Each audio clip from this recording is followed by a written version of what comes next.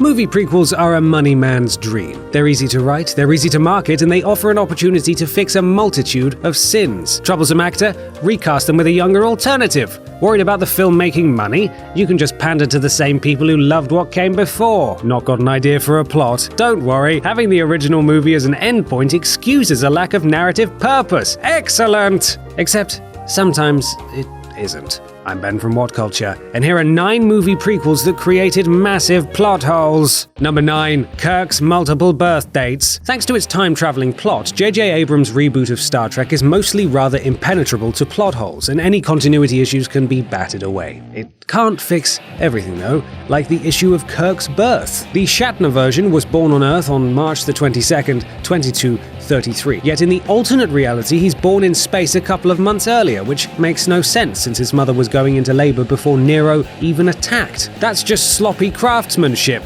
J. Number 8. The Jedi hide wearing their normal clothes. Star Wars Episode 1, The Phantom Menace. For all the moaning about the prequels, there aren't too many plot holes in Episodes 1 to 3. There's plenty of moments where George Lucas tinkers clumsily with the mythology, but for the most part, they don't discredit anything that was stated before.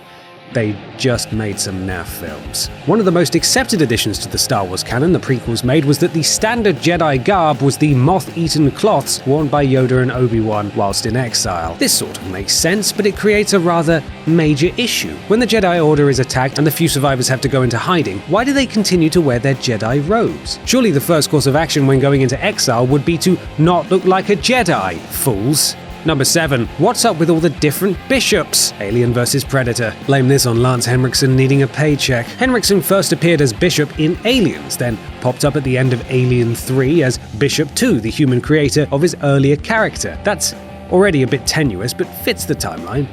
Sort of. 10 years later, he then appeared in AVP as Charles Bishop Wayland, founder of the Wayland Corporation, a role that just raised more questions than it answered. Why was a regular android modelled on and named after a CEO from centuries ago? And why did Bishop 2 bleed when smacked with a pipe if he wasn't a human? And if he was, why did he look identical to the company founder? And then Prometheus furthered the whole confusion, throwing in an unconvincingly aged Guy Pearce as Peter Wayland.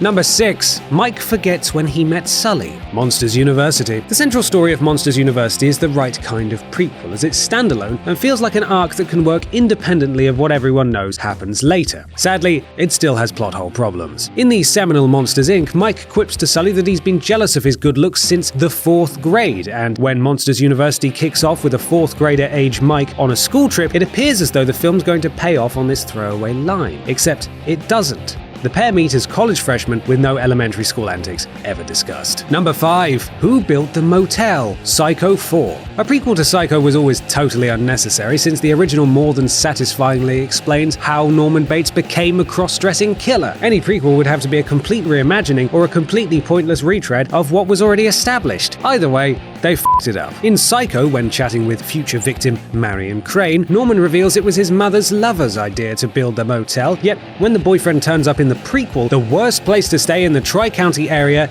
is already up and running. Number 4. Skynet knows about Kyle Reese with no explanation. Terminator Salvation. The mechanics of time travel in the Terminator franchise change from film to film, so any issues across the franchise can be brushed aside with ease. It's somewhat ironic, then, that the film with the biggest plot hole is the one that doesn't bother with time travel at all. Salvation's plot dealt with Skynet kidnapping Kyle Reese as bait in a complex scheme to kill John Connor. That's all well and good, but it's impossible because it's already established that Skynet doesn't know Kyle Reese is John's father. If they did, why would they keep insisting on sending robots back before Sarah Connor is pregnant and not go for Reese immediately, essentially forcing the creation of their nemesis? Dafties. Number 3. How did this world become the world of the original trilogy? X-Men, Days of Future Past. Continuity was so poor in the X-Men series that Days of Future Past was basically a means to fix the timeline in one go. Frustratingly, while aiming to get rid of those errors, Days of Future Past introduced its own confusing logic leaps. For instance, before Wolverine jumped back to alter the flow of events, it's implied events were heading towards the world seen in the original trilogy. But how could that be the case when Charles is a powerless recluse, Magneto is in an impenetrable jail, and Mystique is starting a genuine war. Three situations that in no way could lead to the calm-ish world of the original trilogy. Are we really meant to believe the Sentinels were active during all of Magneto's misadventures yet were never called upon? I don't think so. Number 2. Rafiki teaches contradictory lessons. The Lion King 1.5. Disney's early straight-to-DVD sequels were mostly a complete disgrace, but The Lion King's 2 were actually good, with the third one offering an alternate take on the original events with a sense of reverence.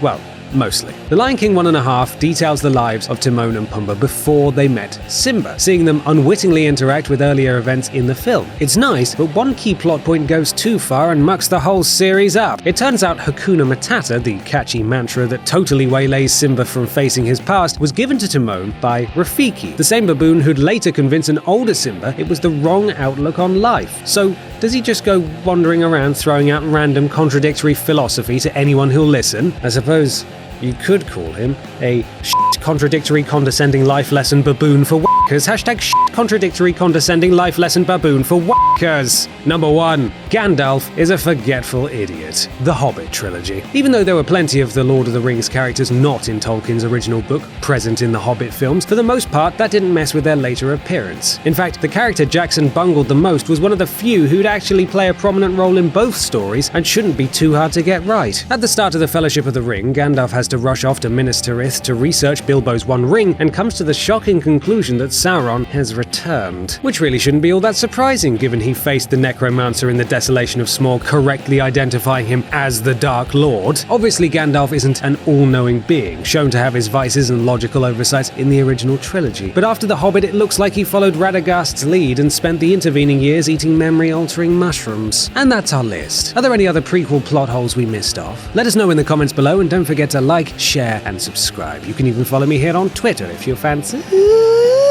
I'm Ben from Whatculture, and thanks for watching.